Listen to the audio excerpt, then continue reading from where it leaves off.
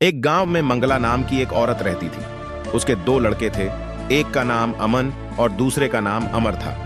अमर सबसे बड़ा लड़का और अमन छोटा लड़का था। मंगला का पति बहुत साल पहले गुजर गया था, इसलिए मंगला अकेले ही अपने दोनों बच्चे का लालन पालन और पढ़ाई लिखाई कराने की जिम्मेदारी निभा रही थी। अमर और अमन अब दोनों बड़े हो चुके थे। दोनों की पढ़ाई की चिंता अब मंगला को सताने लगी थी। एक दिन मंगला का भाई मंगला के यहाँ घूमने आया तो मंगला ने अपने चिंता का कारण अपने भाई को बताया कि मैं अपने दोनों लड़कों को कॉलेज की पढ़ाई के लिए शहर भेजना चाहती हूँ, पर मेरे पास पैसे नहीं हैं। तब मंगला के भाई ने कहा कि मेरे पास भी पैसे नहीं हैं, लेकिन मैं तेरे एक लड़के को पढ़ा सकता हूँ। पहले तू यह बता कि तेरे लड़के पढ़ने में कैसे हैं?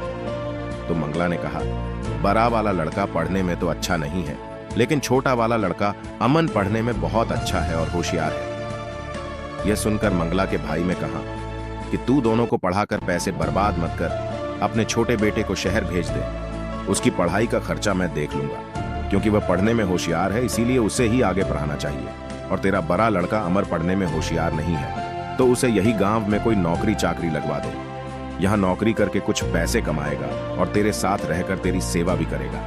मंगला को अपने भाई की यह सलाह बहुत ही पसंद आई। उसने भाई की मदद से अपने छोटे लड़के अमन को पढ़ाई लिखाई के लिए शहर भेज दिया और गांव के सरपंच से बात करके अमर को गांव के ही एक छोटे से ढाबे में रखवा दिया। गांव के ही ढाबे में अमर काम करने लगा और थोड़े थोड़े पैसे कमाकर मां की घर चलाने में मदद करने लगा। इधर शहर में अमन की पढ़ाई भी पूरी हो गई और वह शहर के एक बहुत बड़े फूड चैन होटल में मैनेजर की नौकरी पा गया। यह खुशखबरी सुनाने के लिए वह गांव आ गया और अपनी मां और भाई को मिठाई खिलाकर उसे अपने नौकरी लगने की बात बताई। उसने अपने मां को बताया कि उसकी शहर में एक बहुत बड़े फूड चैन होटल में नौकरी लग गई है। मां ने पूछा, यह फूड चैन होटल क्या होता है? तब बड़े लड़के अमर ने बताया कि ऐसे होटल जिनकी शाखा अलग अलग शहरों में खुली होती है, ऐसे होटलों को फूड चैन होटल कहते हैं। यह सुनकर मंगला ने अपने छोटे बेटे को खूब आशीर्वाद दिया। अगले ही दिन अमन अपने बड़े भाई और मां को लेकर शहर आ गया और तीनों मिलकर शहर में रहने लगे।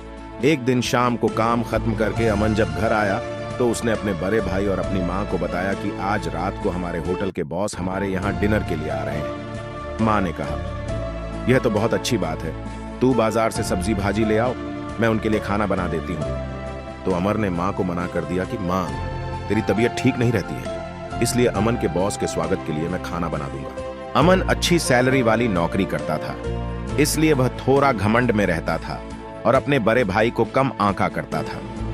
उसे लगता था कि उसके भाई को कुछ नहीं बनता और वह हमेशा गरीब का गरीब ही रहेगा। अमन ने ताज्जुब से बोला कि तुम खाना कब सीख लिए और क्या तुमसे खाना बनता भी है? तब अमर ने कहा, हाँ, मैं गांव में एक छोटे से ढाबे में काम करता था, वहां रहकर मैंने खाना सीख लिया। तुम चिंता मत करो, तुम्हारा बॉस जब मेरे हाथ का बना खाना खाएगा तो उंगलियां चाटता रह जाएगा। तभी दरवाजे का डोरबेल बाजार तो अमर ने कहा, देखो अमन, लगता है तुम्हारे बॉस आ गए हैं, मैं दरवाजा खोलता हूं।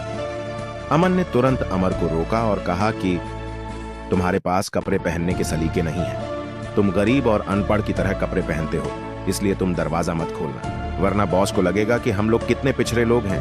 और जब तक बॉस रहेंगे तो तुम बॉस के सामने मत आना, किचन में ही रहना। अमर को अमन की बातें सुनकर थोड़ा सा बुरा लगा, लेकिन फिर उसने सोचा कि उसका भाई पढ़ा लिखा है तो सही बोल रहा होगा।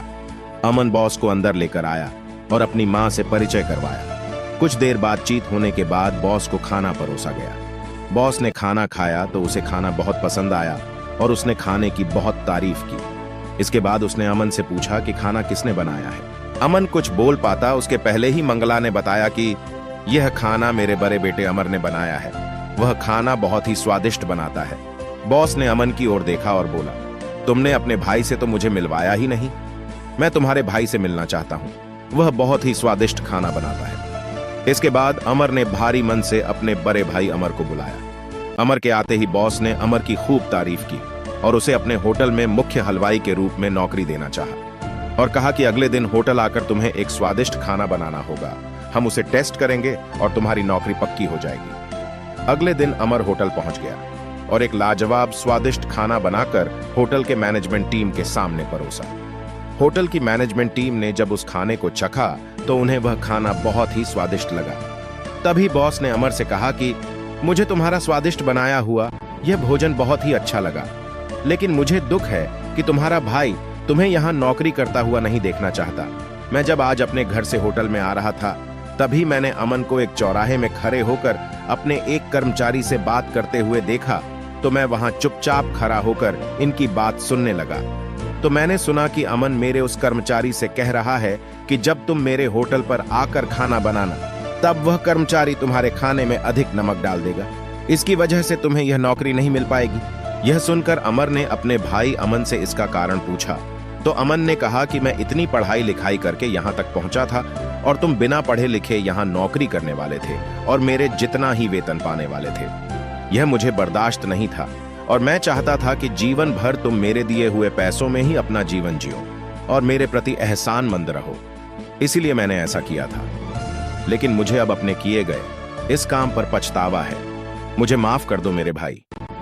तभी बॉस ने कहा कि अमर, आज से तुम हमारे यहाँ काम करोगे और तुम्हारे भाई अमन को आज ही मैं नौकरी से निकाले दे रहा हूं। यह सुनकर अमर ने तुरंत बॉस से कहा, नहीं सर, ऐसा मत करिए। मेरे भाई से एक छोटी सी गलती हो गई है, उसके लिए इतनी बड़ी सजा उसे मत दीजिए। आप उसे माफ कर दीजिए। उसने मेरे प्रति जो भी किया मैंने उसे माफ कर दिया। अमन ने जब यह सुना तो वह रो पड़ा और अपने भाई के पैरों में गिर गया। इसके बाद दोनों भाई हंसी खुशी उस होटल में काम करने लगे और हंसी खुशी उनका जीवन बीतने लगा। आपको इस कहानी से क्या सीख मिली, कमेंट करके जरूर बताएं और चैनल को लाइक करके सब्सक्राइब जरूर करें।